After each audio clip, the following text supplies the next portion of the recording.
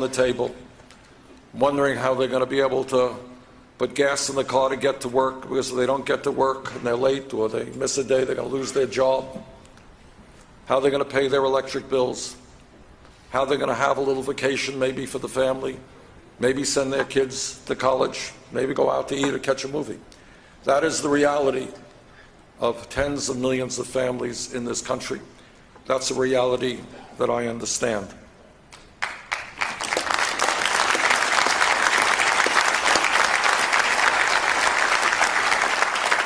Now, the other reality that I know from an economics perspective, and sometimes our Republican friends forget about this, is that when George W. Bush left office 7.5 years ago, we were... Yes, I know, we wish it would have been sooner, but... And you know, it's amazing to me how these Republicans can forget it. I guess we have to forgive them. They suffer from amnesia. We shouldn't laugh, it's a very serious problem.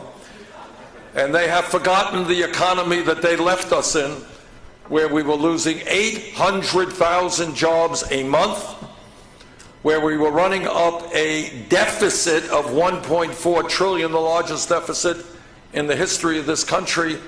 And oh, by the way, yes, the world's financial system was on the verge of collapse. Well, we've come a long way in the last 7.5 years, and I know the Republicans worry that we're not creating enough jobs. It's only 250,000 jobs a month. Well, last I heard, creating 250,000 jobs a month, hell of a lot better than losing 800,000 jobs a month.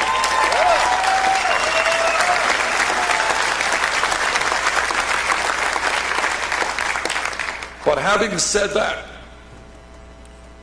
there's another truth that we have to recognize, is that in the last 30, 40 years, under Republican leadership and Democratic leadership, the middle class of this country of ours, the great middle class, once the envy of the entire world, has been disappearing. And over that period of time, and accelerating more recently, we have seen grotesque levels of income and wealth inequality. Middle class shrinks, 47 million people living in poverty, and almost all new income and wealth going to the top 1%. Today, the simple truth is that if we are going to rebuild the American middle class, we have got to understand that we are living in a rigged economy.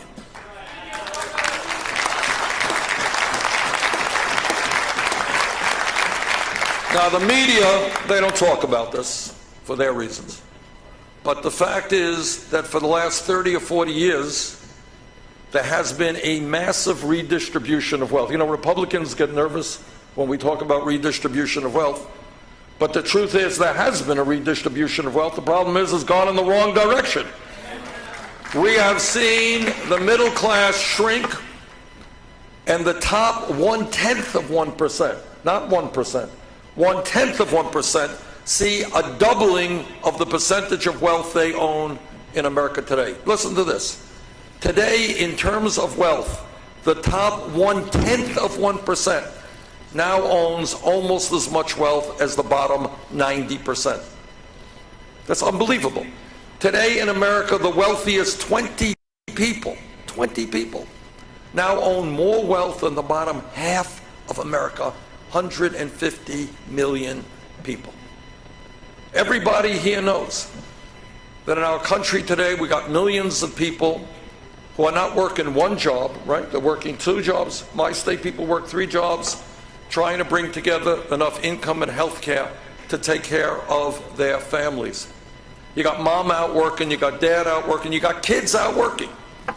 In fact, it turns out, I don't know if everybody knows this, that in America, our people work the longest hours of any people in the industrialized world. You all know that? The Japanese are very hard workers. We work longer hours than do the people in Japan. And yet, at the end of all of that, everybody working, 58% of all new income generated today goes to the top 1%. So here's my first promise to you. If elected president, we are together going to create an economy that works for all of us, not just the 1%.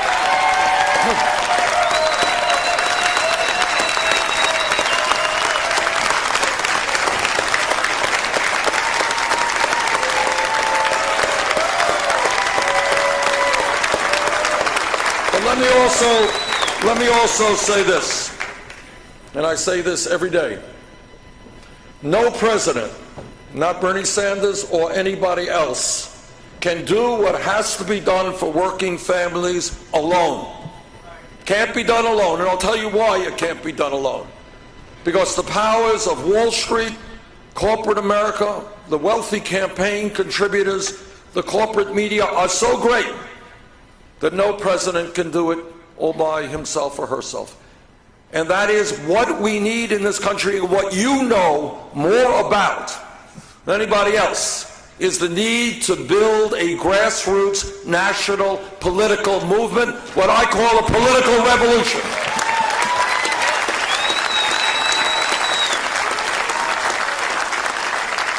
And what this campaign has been about, and it's been doing it pretty well. You know, we've won 7 out of the last 8 caucuses and primaries. I don't know if some of you were with us just last night here in Philadelphia, but we had about 14,000 people out to a rally. And a lot of them are young people and working people who are determined that in this country we are going to have a government that represents all of us and not just wealthy campaign contributors. And that's what the political revolution is about. And in the middle of that revolution has got to be the trade union movement. And the reason for that is that I believe that the trade union movement historically, more than any other force in this country, has been responsible for creating the American middle class, and I thank you for that.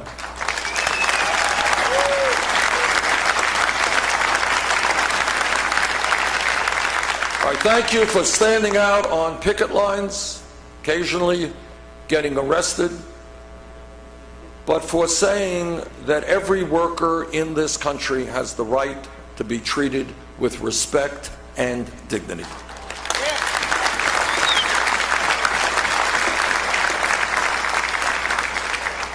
And that is why I believe that we need to pass legislation, a modern-day EFCA,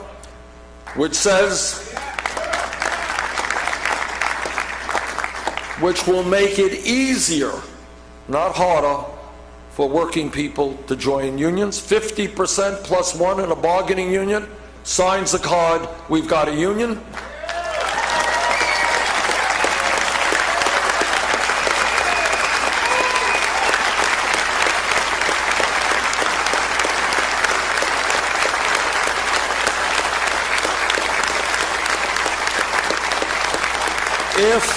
If, as is often the case, an employer refuses to negotiate a first contract, there will be severe penalties on that employer.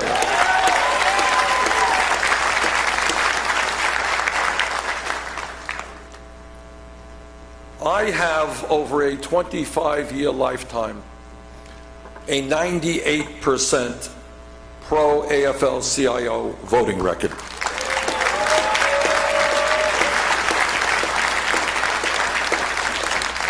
And I'm not sure that I was wrong on that 2%, by the way.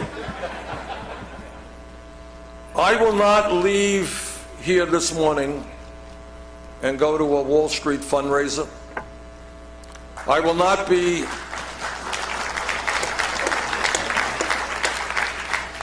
hustling money from the wealthy and the powerful. I grew up, in a sense, in this movement. You are my family, and we will win or lose this campaign on the backs of working families.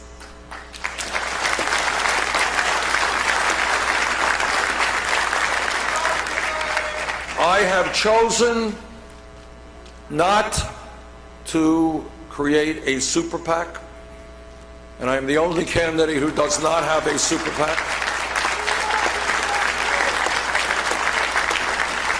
Because I do not want or need the money from Wall Street or the drug companies or the other powerful special interests who already have so much influence over what goes on in Washington. What we have chosen to do, and it was a pretty risky choice, but it was the only choice for us, is to say, okay, we're going to raise our campaign funds, and sadly it costs, as you all know, hundreds and hundreds of millions of dollars to run for president. We're going to go out to working people in the middle class. And what has happened over the last 11 months since I've been in this campaign, we have received over 6 million individual campaign contributions, averaging $27 apiece.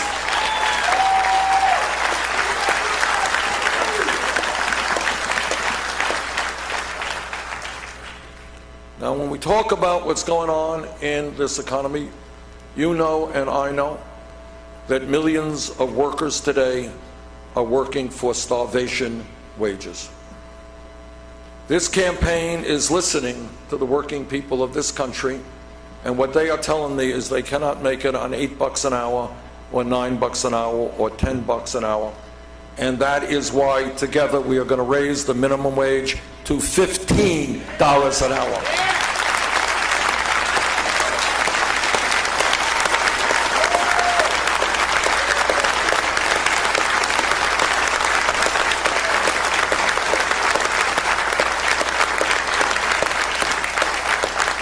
It is not a radical idea, not a great socialistic idea, to say that if somebody works 40 or 50 hours a week, that person should not be living in poverty. And we are going to make sure that women in this country do not continue earning 79 cents on the dollar. We're going to fight for pay equity.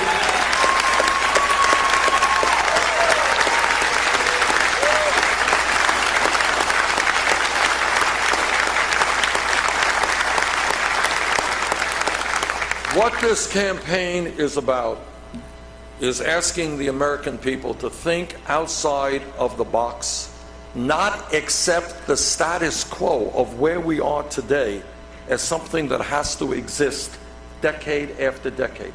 No, we don't have to have people sleeping out on the streets. No, we don't have to have veterans out on the streets because they don't have, that's right.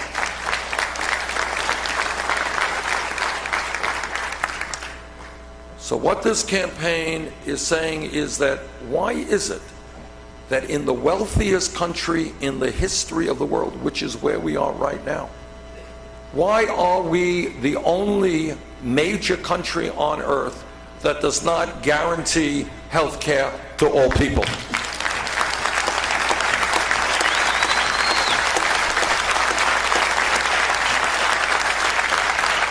Is this really a radical idea? I don't think so. Damn right it's not. All right? Germany can do it, and the UK can do it, and France can do it, and Holland can do it, and Scandinavia can do it. I live 50 miles away from the Canadian border in Burlington, Vermont. They're doing it up in Canada. If every other major country on earth can do it, the United States of America can do it.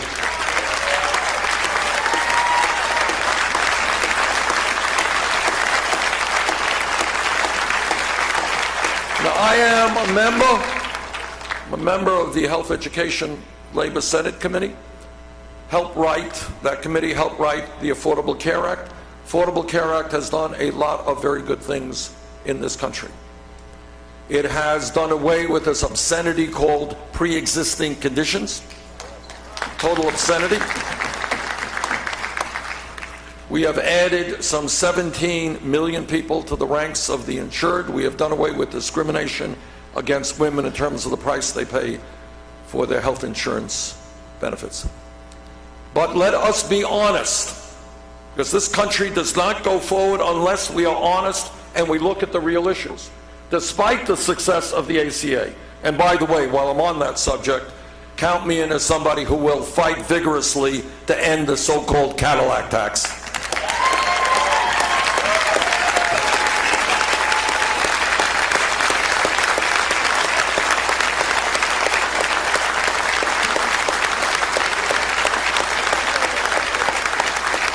But today, despite the successes of the ACA, we got 29 million people who have no health insurance. We have even more who are underinsured with high deductibles and copayments. And I was just talking to some of the folks in the CW.